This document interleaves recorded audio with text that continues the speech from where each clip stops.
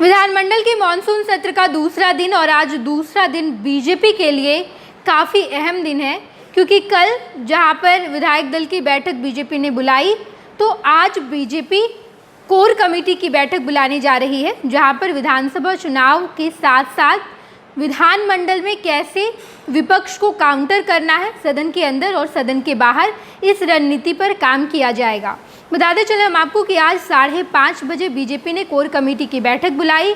कल विधायक और विधान पार्षदों की बैठक थी, जिस बैठक में बीजेपी ने कई सारे अहम मुद्दों पर बातचीत की। किस तरीके से विधायक और विधान पार्षद सदन के बाहर और सदन के अंदर बीजेपी के मुद्दों को रखेंगे, और इसके साथ साथ एनडीए गठबंधन ने, एनडीए सरकार ने लोगों के लिए कितना काम किया है ये भी बताना है, और विपक्ष के सारे सवाल का जवाब देना है, विपक्ष के सारे मुद्दे का काउंटर करना है। और आज जब कोर कमेटी की बैठक बुलाई जा रही है, तो इस कोर कमेटी की बैठक का मुख्य उद्देश्य ये है कि चुनाव में किस तरीके से प्रदर्शन रहेगा एनडीए का, ये बीजेपी तय करेगी।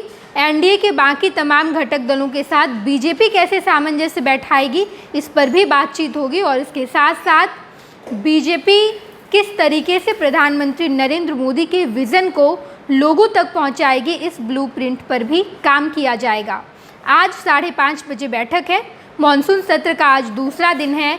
सदन में काफ़ी हंगामे भी हो सकते हैं। तेजस्वी यादव ने पूरी तैयारी की है कि किस तरीके से सरकार को घेरना है, चाहे वो एसआईआर का मुद्दा हो या फिर बिहार में रोजगार का मुद्दा हो। इन तमाम मुद्दों पर सरकार को घेरने का काम विपक्ष करेगी, लेकिन सरकार उस घेराबंदी से कैसे बाहर निकलेगी, सरकार किस तरीके से विपक्ष को काउंटर करेगी, इन तमाम मुद्दों पर कल देर शाम तक बातचीत होती रही। और आज कोर कमेटी की बैठक बुलाई है। बीजेपी के जितने कोर कमेटी के नेता हैं वो तमाम लोग मौजूद रहेंगे। बिहार विधानसभा चुनाव में प्रत्याशी पर भी बातचीत होगी कि आखिर कौन कौन से नए चेहरे हैं जो इस बार के बिहार विधानसभा चुनाव में आजमाए जाएंगे, और कौन ऐसे पुराने चेहरे हैं जिनका इस बार टिकट कट जाएगा, टिकट नहीं दिया जाएगा। इन तमाम मुद्दों पर बातचीत होनी है। आज जब सदन की कार्रवाई शुरू होगी, तो विपक्ष ने कई सारे एजेंडे बनाए हैं, जिस एजेंडे पर सरकार को घेरा जाएगा। सरकार ने जिस तरीके से लगातार योजनाओं की बौछार कर दी है बिहार में, इसका भी क्रेडिट तेजस्वी यादव कहीं ना कहीं लेने की पूरी कोशिश में है।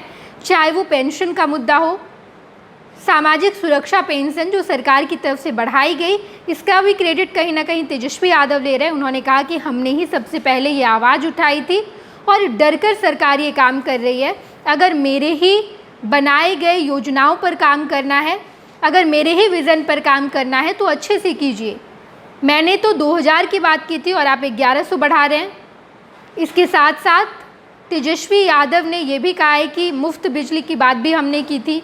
हमने कहा है कि 200 यूनिट बिजली फ्री देंगे। नीतीश कुमार तो ये कह रहे थे कि बिजली कभी मुफ्त में आ ही नहीं सकती, काफ़ी ज़्यादा रकम में बिहार सरकार बिजली खरीदती है और काफ़ी कम पैसे देने पड़ते हैं आम लोगों को, इस वजह से हम बिजली फ्री नहीं कर पाते। लेकिन हाल के दिनों में ऐसा देखा गया कि सरकार ने बिजली मुफ्त की, 125 यूनिट बिजली सरकार ने मुफ्त की, और इसका भी क्रेडिट तेजस्वी यादव ले रहे हैं।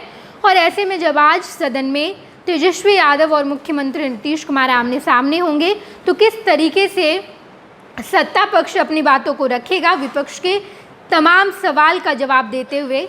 और आज की 5:30 बजे की ये कोर कमेटी की बैठक भाजपा के प्रदेश कार्यालय में होने जा रही है, जहां पर कई सारे एजेंडों पर बातचीत होगी।